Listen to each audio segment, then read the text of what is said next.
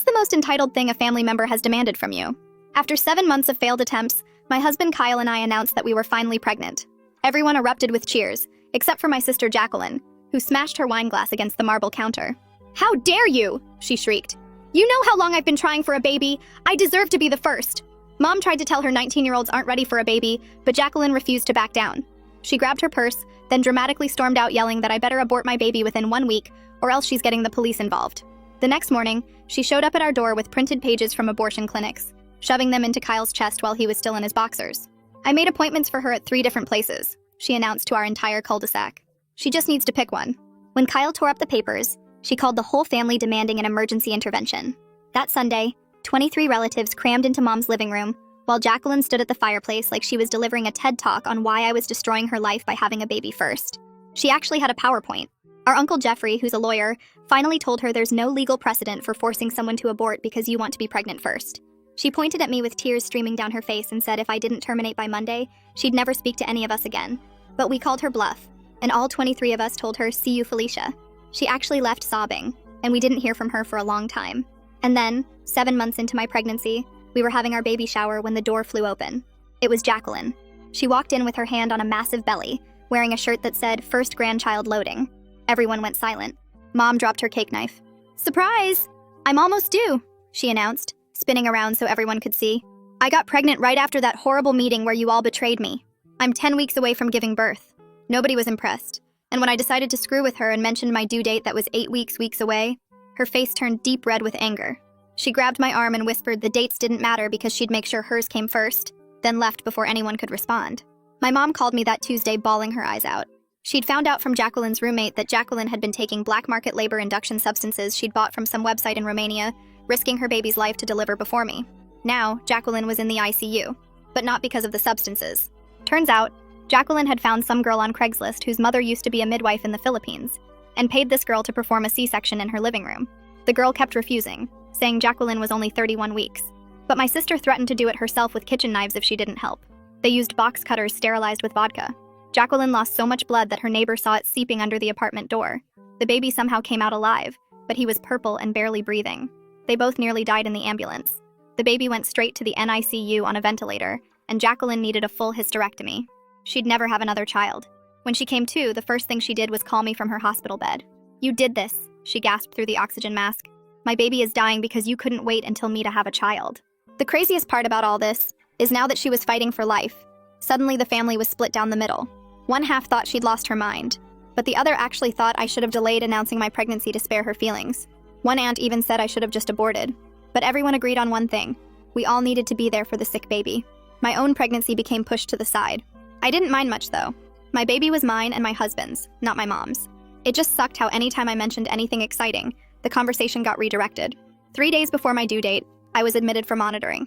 Jacqueline's baby was still critical. The doctor said the next 48 hours would determine if he'd survive. The scariest part was that I could see her through my doorway, standing in the hall between the NICU and maternity ward. And she wasn't looking at the rooms or the nurses passing by. She was staring directly at my belly with an expression I'd never seen before. Tomorrow morning, they're inducing me. Jacqueline knows the exact time. She's been asking the nurses questions about the delivery room locations and whether they ever leave babies unattended. The NICU is 1 floor below maternity. If her baby doesn't make it through the night, I don't know what she'll do when mine is born healthy in the morning. The clock showed 3 a.m. when I woke up to Kyle's voice in the dark, already talking to someone on his phone about Jacqueline asking the nurses where babies get taken after delivery. He was pacing by the window, explaining how she'd been watching the hallways and timing how long nurses stayed in each room. The charge nurse on the other end promised to add a special security code to my chart right away and alert the whole night shift. Kyle wasn't satisfied, though, his voice getting louder as he demanded specific names of who would protect us and exactly what they'd do if Jacqueline tried to get near our baby. His hands were shaking as he wrote down names on the hospital notepad, asking about door locks and panic buttons, and whether security could physically stop someone from entering our room. The nurse kept trying to calm him down, but Kyle wanted a meeting with hospital security before my induction started at 8 a.m. Within an hour, Francis Bergman showed up at our door wearing a security supervisor badge and carrying a thick folder of protocols. He walked us through every single safety measure they had, showing us pictures of the electronic badges that tracked everyone's location, and explaining how the infant security tags would trigger an automatic lockdown if anyone tried to remove them or take a baby past certain doors. Francis took out his phone and had me send him the clearest photo I had of Jacqueline, so he could distribute it to every security guard on every shift with instructions to watch for her.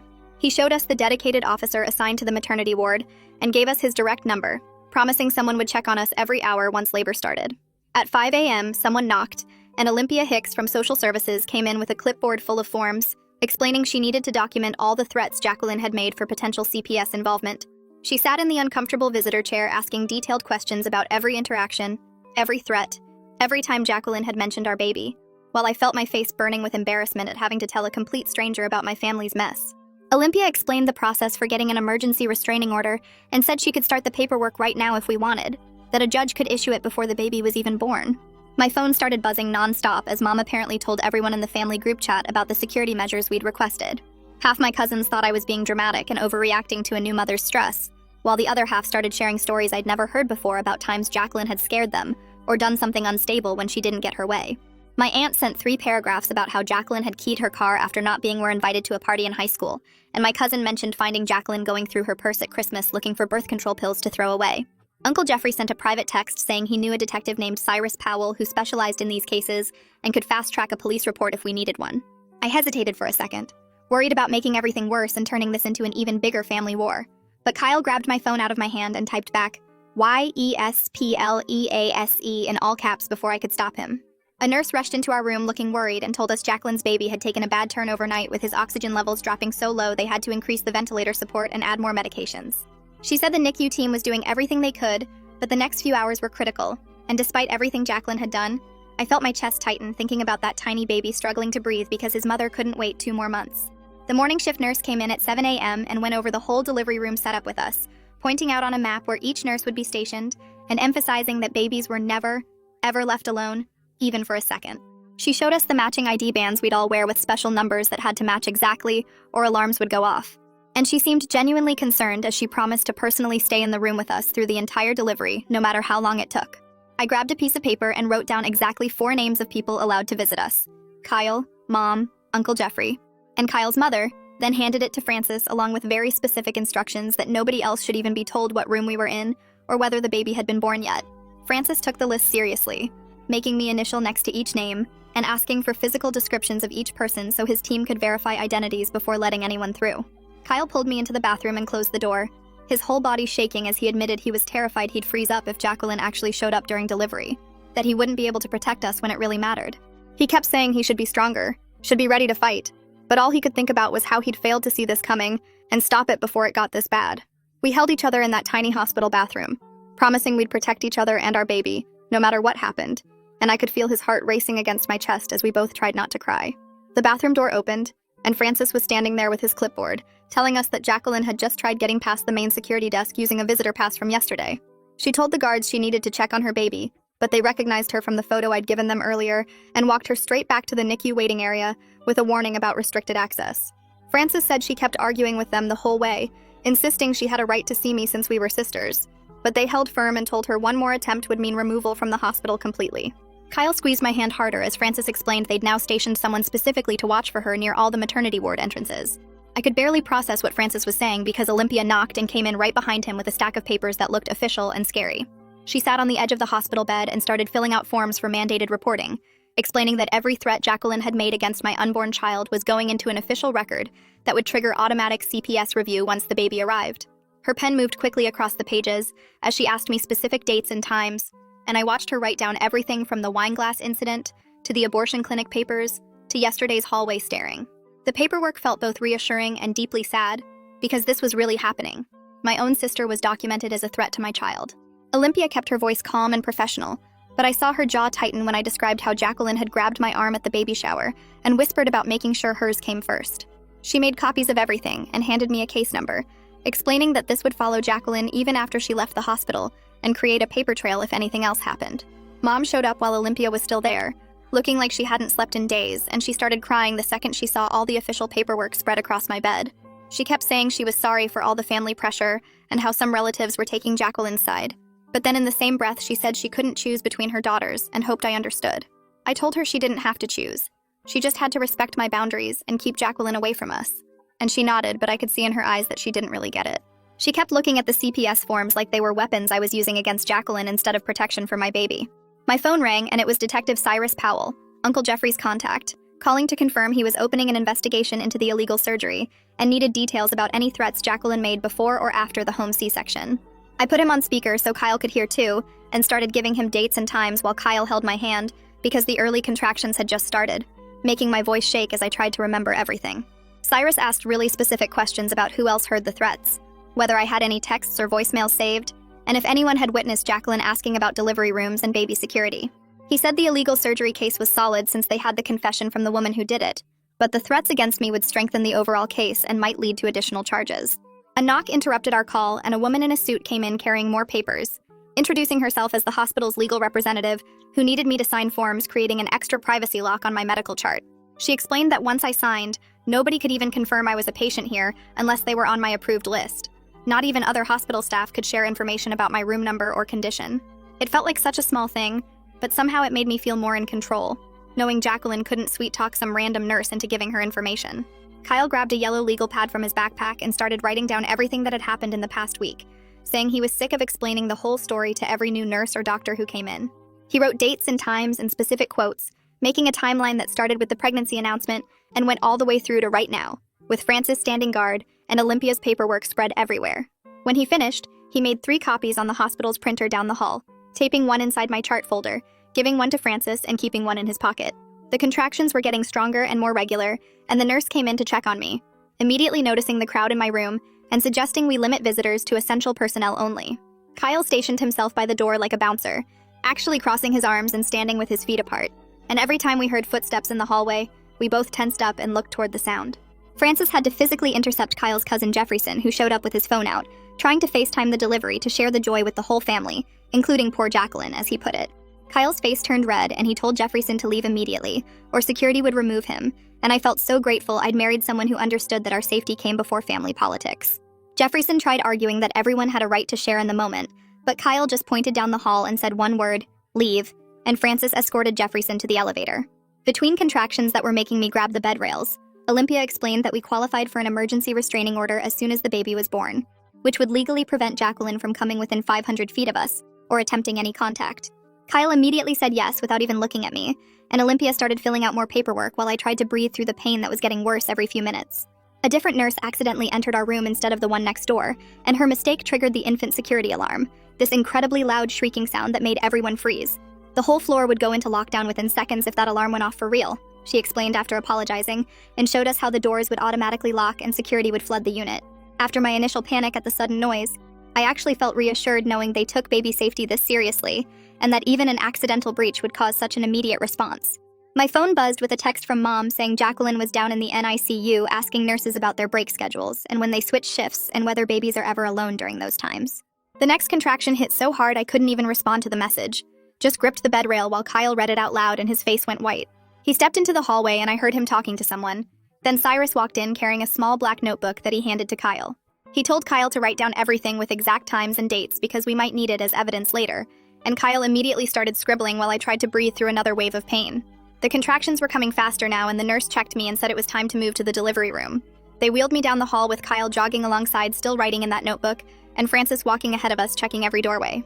The delivery room was bright and cold, and they started explaining all the security stuff again, showing us the matching wristbands we'd all wear, and the special tag that would go on the baby's ankle that would set off alarms if anyone tried to take her past certain doors. The anesthesiologist came in to check my epidural and adjust it while Kyle kept writing, and I could see his hand shaking. The doctor arrived and checked me and said we were ready to start pushing, and suddenly there were more people in the room, nurses getting everything ready, and one of them stayed right next to me like she promised. I pushed and pushed while Kyle held my hand and stopped writing long enough to count with me and tell me I was doing great. Everything hurt, and I was scared but also determined to get my baby here safely, and I kept pushing even when I thought I couldn't anymore. At 7:23 a.m., she came out screaming, and they put her right on my chest, all wet and warm and perfect, while Kyle started crying, and the nurse immediately snapped those security bands on her tiny ankle and my wrist. For those few minutes, nothing else existed except her little face and Kyle's tears and the weight of her on my chest. They cleaned her up while she stayed on me and did all the checks they needed to do without taking her away, and Kyle took pictures with his phone while tears ran down his face. Within an hour, they moved us to a recovery room way down at the end of the hall, past all the other rooms and away from the elevators, and Francis came with us to make sure our names weren't posted anywhere. The room had no nameplate on the door, and Francis checked that the computer system showed us as private patients with restricted information. Kyle pulled the nurse aside and they worked out a code word system, where if we said pineapple, it meant to immediately take the baby to the locked nursery, no questions asked. The head nurse wrote pineapple in red marker on the shift report and showed it to every nurse coming on duty. My phone started blowing up with messages from family demanding pictures and asking why we hadn't announced anything yet. And Kyle grabbed it and typed one message to the group chat, saying we were taking private time to bond and wouldn't be sharing anything right now. The responses came flooding in with people calling us selfish and saying we were being dramatic, and one cousin said we were punishing the family for Jacqueline's mistakes. Kyle turned my phone off and put it in the drawer and said we didn't need to deal with any of that right now. Cyrus knocked and came in with his notebook and asked me to give an official statement about all the threats Jacqueline had made, but he kept it short since I was exhausted and still bleeding and trying to figure out breastfeeding. He mentioned the girl who did the surgery was questioned by police and would definitely face charges for practicing medicine without a license and endangering a child. He left after about 10 minutes, and then Dr. Sanford came by to give us an update on Jacqueline's baby. She said he was stable on the ventilator but still critical, and the next day would determine if there was brain damage from being born so early and losing oxygen during that horrible surgery. I held my healthy daughter closer and felt sick with relief that she was okay and guilty for feeling that way when my nephew was fighting for his life one floor below us. Dr. Sanford said Jacqueline was asking about us constantly, and the psychiatric team was concerned about her fixation, but she was too weak to leave her bed, so we were safe for now. Kyle's mom texted that she saw something on social media, and when Kyle checked his phone, there was a post from Jacqueline saying I stole her thunder and ruined her life by refusing to wait my turn, and she'd tagged every single family member she could think of. The post had pictures of her in the hospital bed looking pale and sick with captions about how I'd forced her to take desperate measures, and now her baby might die because of my selfishness. Kyle immediately took screenshots of everything before she could delete it, and added them to the folder he'd started with all our evidence. The comments were already piling up with some family members defending her and saying we should have been more considerate, and others telling her she needed serious help. Francis came back to tell us someone had been calling the nurses' station, pretending to be different family members, trying to get our room number, but they couldn't provide the security code, so no information was given out. 20 minutes later, a woman in a suit knocked and introduced herself as the hospital's PR person, and she was holding a folder with printouts from Facebook and local news sites. She sat down next to Kyle's mom and started explaining how someone had leaked details about the illegal surgery to Channel 7, and now reporters were calling the hospital asking for statements. She told us not to post anything online or talk to any reporters if they somehow got our phone numbers, and handed us a card with the hospital lawyer's number just in case. Kyle took photos of everything she showed us, including a Facebook post from someone claiming to be a nurse here, talking about the crazy sister who did her own C-section. The PR lady left after making us promise 3 times that we wouldn't engage with any posts or comments about the situation. Olympia knocked about an hour later carrying a thick folder and looking more serious than I'd seen her before. She pulled a chair close to my bed and explained that CPS had to open an investigation because of how Jacqueline's baby was born, and they needed statements from everyone who knew about her threats. She kept saying we weren't being investigated and we were just witnesses, but she needed to know every single thing Jacqueline had said about taking my baby or hurting herself.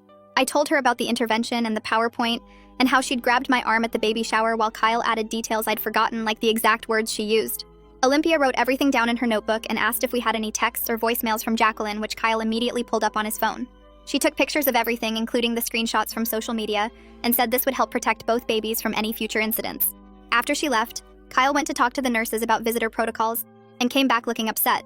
He'd found out someone had called 7 times in the past 2 hours, claiming to be his mother trying to get our room number, but they kept failing the security question we'd set up. His actual mother was sitting right there next to me the whole time holding our daughter, and she looked just as worried as we were. The charge nurse came in right behind him and said they were changing everything immediately, and Francis would handle it personally. Within an hour, Francis was back with a whole new system, including visitor badges that needed photo ID and matching wristbands that changed color every day. He showed us the new list where he'd personally verify every single visitor and assign someone to walk them to our room instead of letting them wander the halls. He also moved us to a different room at the very end of the hallway with only one way in and cameras covering the whole corridor.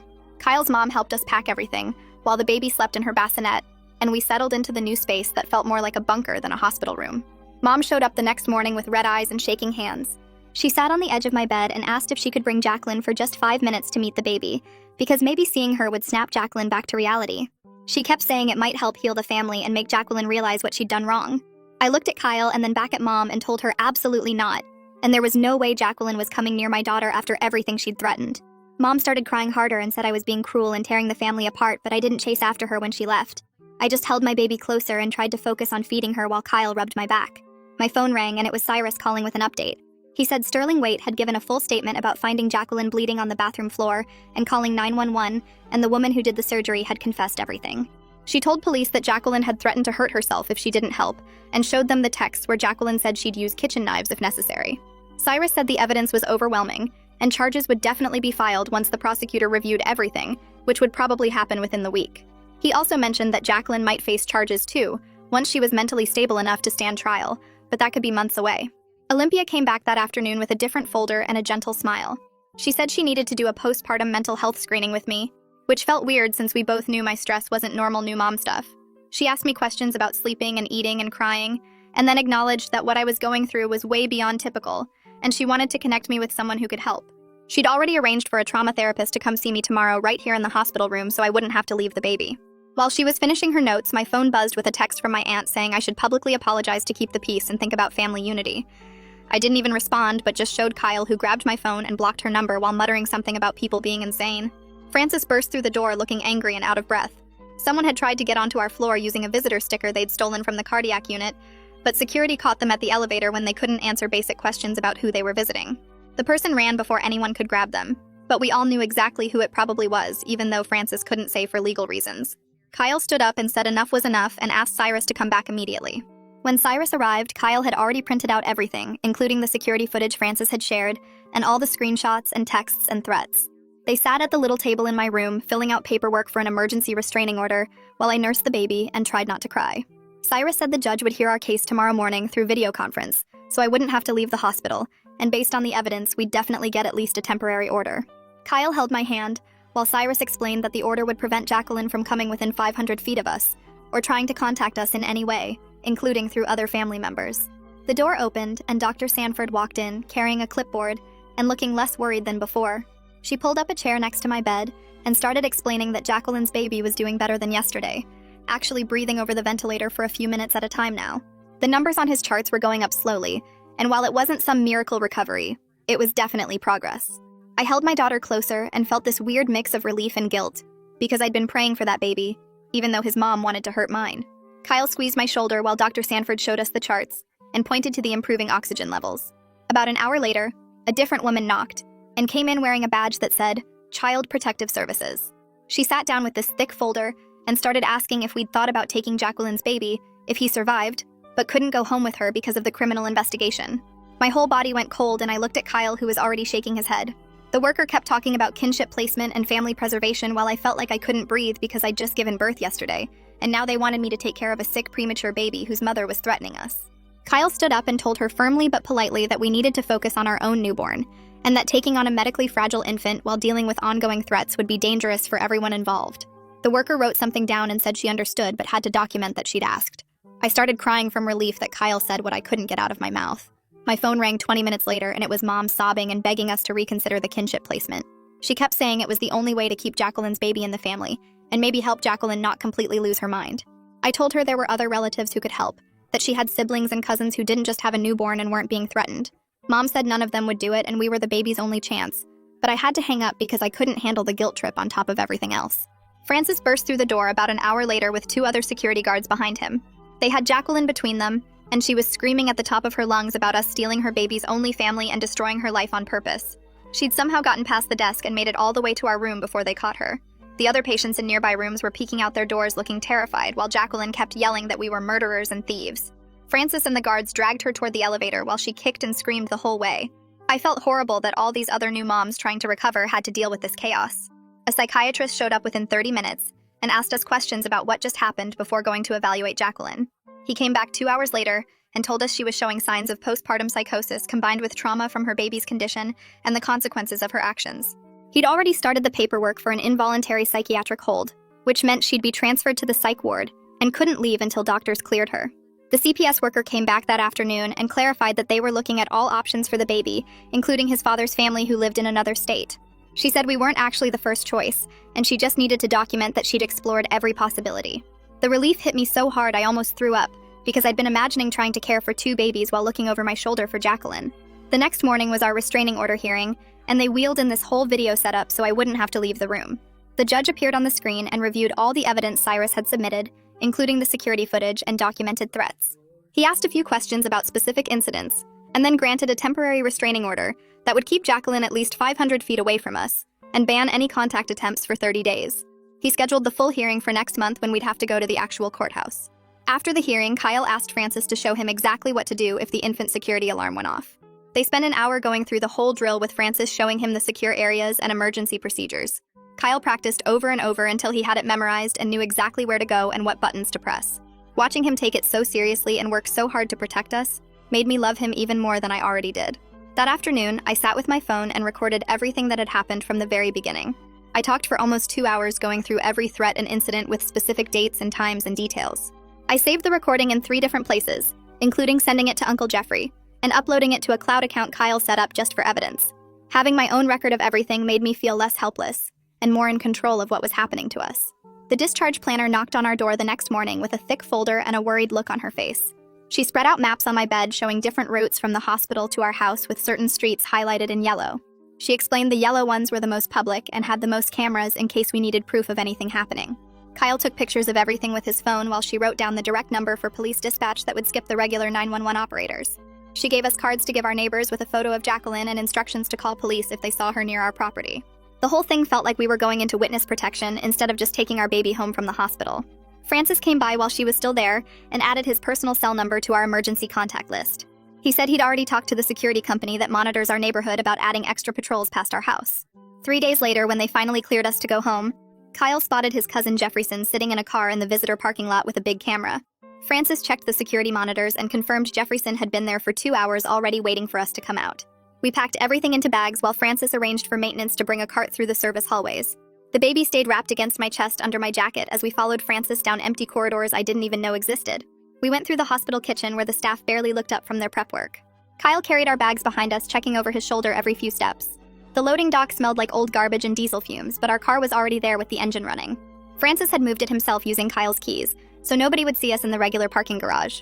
We strapped the baby in while Francis stood guard, and then drove out the back exit that delivery trucks use. Kyle took 3 different turns checking the mirrors before finally heading toward our actual neighborhood. Jefferson never even knew we'd left and probably sat there for another hour waiting for nothing. At home, everything looked exactly the same, but felt completely different knowing what we were dealing with.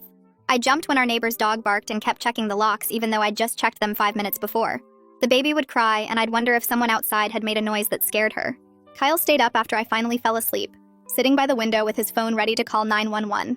We switched places at 3 in the morning when the baby needed feeding, and I took over the watch. Neither of us got more than 2 hours of sleep at a time those first few nights. Every car that drove past made us both freeze and listen until it passed. The doorbell rang on our 3rd day home, and we both panicked until we saw Cyrus through the peephole. He came in carrying a box with a security camera system that some victim fund had paid for. He spent 2 hours installing it on our porch and showing us how to check the feed from our phones. He positioned it to cover the entire front yard and sidewalk so we'd have video of anyone approaching. While he worked, he took more photos of the threatening messages on my phone for the criminal case file. He told us the prosecutor was taking this seriously and building a solid case for when Jacqueline was stable enough to face charges. The next morning, I found a cardboard box on our porch that hadn't been there the night before. The security camera showed Mom had left it at 5 in the morning when it was still dark. Inside were baby clothes from when Jacqueline and I were little, all washed and folded perfectly. Her note said she loved us, but needed time to figure out how to process everything that had happened. She promised to respect our boundaries, but hoped we knew she was thinking of us. I cried holding those tiny outfits, remembering when things were simple and Jacqueline was just my annoying little sister. That afternoon, my phone rang with the hospital number, and my stomach dropped thinking something happened with Jacqueline. But it was Dr. Sanford calling with an update on the baby's condition. She said he'd started breathing on his own for 15 minutes at a time without the ventilator. His brain scans looked better than expected, though they wouldn't know about delays until he was older. The prognosis had shifted from critical to serious, but stable, which should have made me happy. Instead, I felt guilty for wishing he would just stay sick enough that Jacqueline couldn't use him against us somehow. 4 days later, Kyle's phone rang at 2 in the morning with a number we didn't recognize.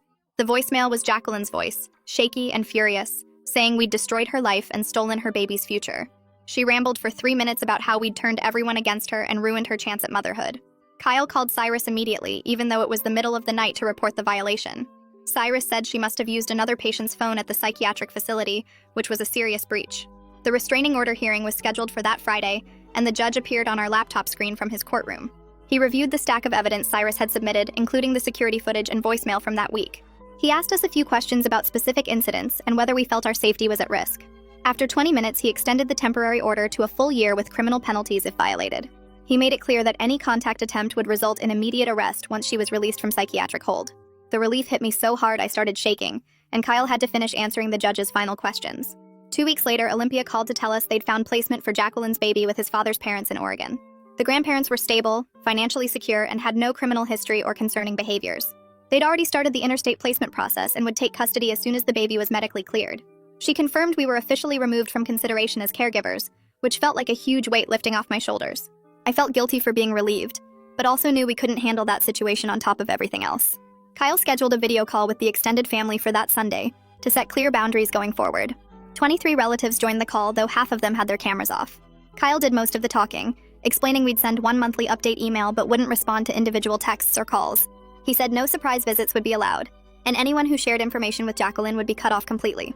Most of them agreed, though Aunt Chloe kept saying we were being too harsh on someone who was clearly sick.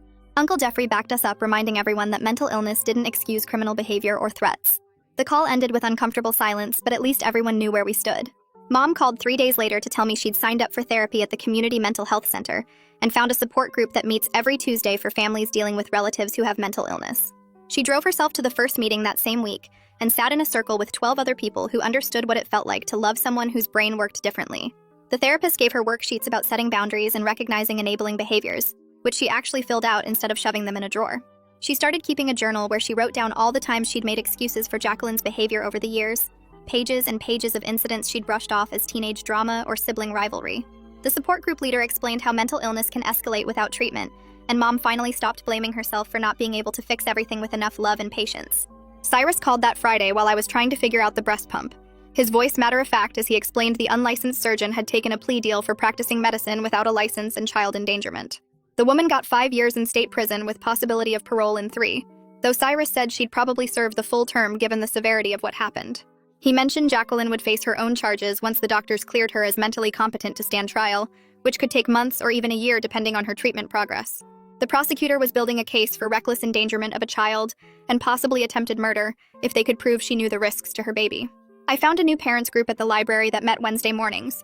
Just 8 moms with babies under 6 months old, sitting on yoga mats talking about normal stuff like diaper rash and whether organic formula was worth the extra money. Nobody knew about my sister or the restraining order or the baby fighting for life in the NICU. They just saw me as another tired mom trying to figure out this whole parenting thing. We compared notes on swaddle techniques and shared recommendations for pediatricians, and I felt like a regular person for the first time in months. The group leader brought coffee and homemade muffins, and we took turns holding each other's babies when someone needed a bathroom break, or just a minute to drink their coffee while it was still warm. The psychiatric facility called Kyle to inform us they were transferring Jacqueline to a specialized long-term treatment center 2 hours away that focused on postpartum psychosis and trauma-related disorders. The intake coordinator explained she'd be there for at least 6 months, possibly longer, with no set discharge date until the treatment team felt she was stable enough for outpatient care.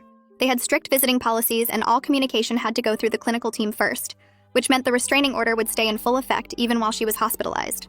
The facility specialized in cases like hers where criminal charges were pending alongside mental health treatment, with security protocols to prevent patients from leaving without authorization. Dr. Sanford caught us in the hospital parking lot during our 2-week checkup, having just come from checking on Jacqueline's baby in the step-down nursery. She explained his brain scans showed some areas of concern that would likely result in developmental delays, though they wouldn't know the full extent until he was older and hitting milestones. The grandparents from Oregon had arrived and were learning how to manage his feeding tube and monitor his oxygen levels for when they could finally take him home in another month or 2. She handed us a photo they'd asked her to share. Just a tiny baby in a onesie that said, "Little fighter," with tubes. And wires attached, but eyes wide open. And he looked exactly like Jacqueline did in her baby pictures Mom kept on the mantle. Kyle sat down that night with his laptop and created a family communication system, using a group email that would go out once a week with basic updates about the baby and nothing else. No individual texts or phone calls unless there was an actual emergency. No discussing Jacqueline's situation unless it directly affected our safety. No sharing photos on social media where she might see them someday. He set up an auto-response for any family members who tried to contact us outside the weekly email, politely directing them back to the boundaries we'd established. The system felt cold but necessary, giving us space to be new parents without constant family drama, while still maintaining some connection for the relatives who'd respected our boundaries. I pumped extra milk every morning and Kyle would drive it to the hospital in a cooler marked for the NICU donation program, along with the preemie clothes we'd bought just in case our daughter came early. The NICU coordinator never asked who it was for, but I think she knew, giving us a small nod of understanding when Kyle dropped off the supplies at the desk. We never visited Jacqueline's baby directly, but this felt like the right amount of help, supporting an innocent child without putting ourselves back in danger. During a 2 a.m. feeding when the house was completely quiet except for the white noise machine, I held my daughter against my chest and felt her tiny heartbeat while she drank. The family drama wasn't fixed, and probably never would be completely, but we'd built walls around our little family that felt strong enough to protect her from the chaos. My phone sat silent on the nightstand, No angry texts or guilt-trip voicemails, just peaceful darkness and the soft sounds of my baby breathing. That's a wrap for now. Thanks for just hanging out and exploring all these little details with me. Until next time, subscribe for more content like this.